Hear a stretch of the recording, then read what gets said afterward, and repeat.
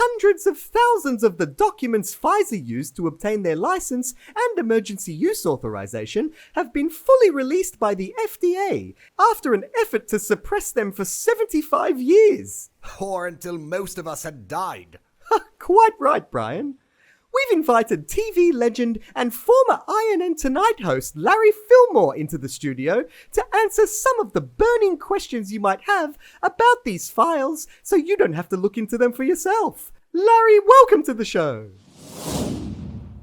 Yep, nice to be back in the hot seat, guys. I hope Brian hasn't been farting on I it. have not. Oh, too much information, Sandy. I don't want to know.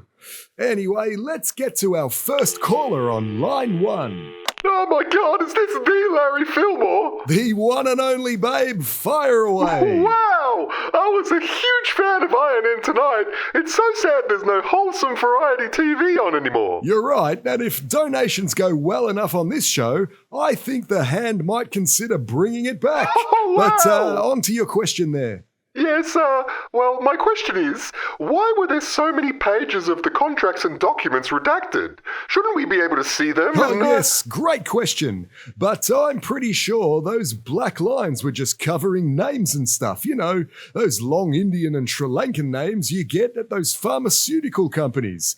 And they weren't all redacted, were they? You can see there and there are clearly words visible, and you just got to read between the lines.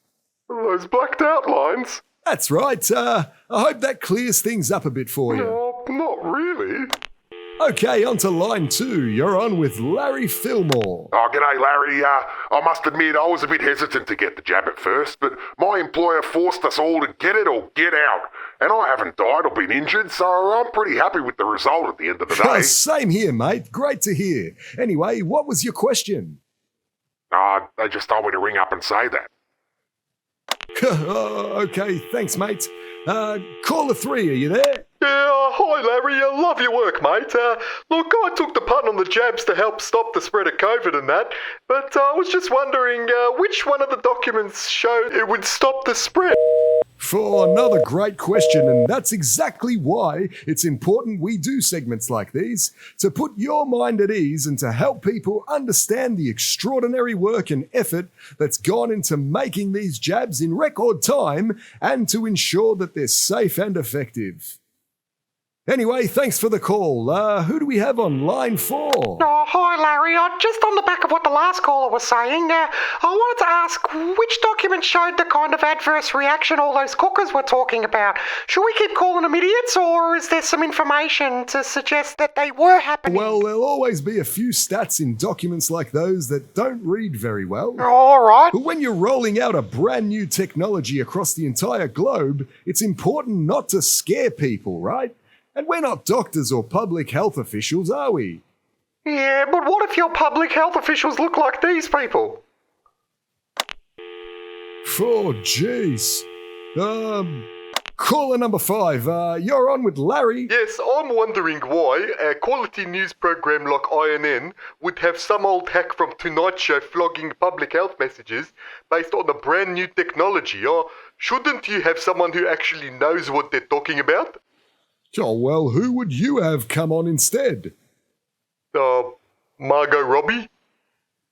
Next caller, you're on with Larry Fillmore. Hello, Larry. The mRNA jab was supposed to be transported in minus 70-degree freezers because of how Next unstable. caller.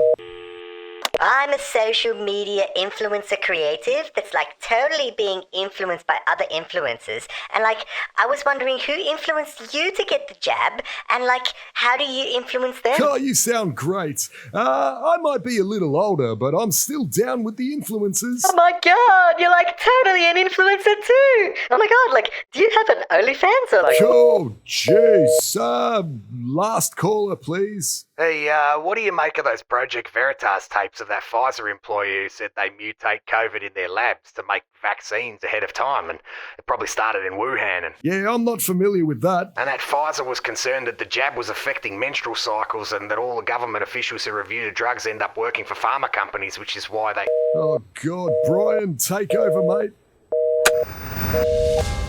Thank you, Larry. And join us after the break for sport and weather. Coming up right here on INN News.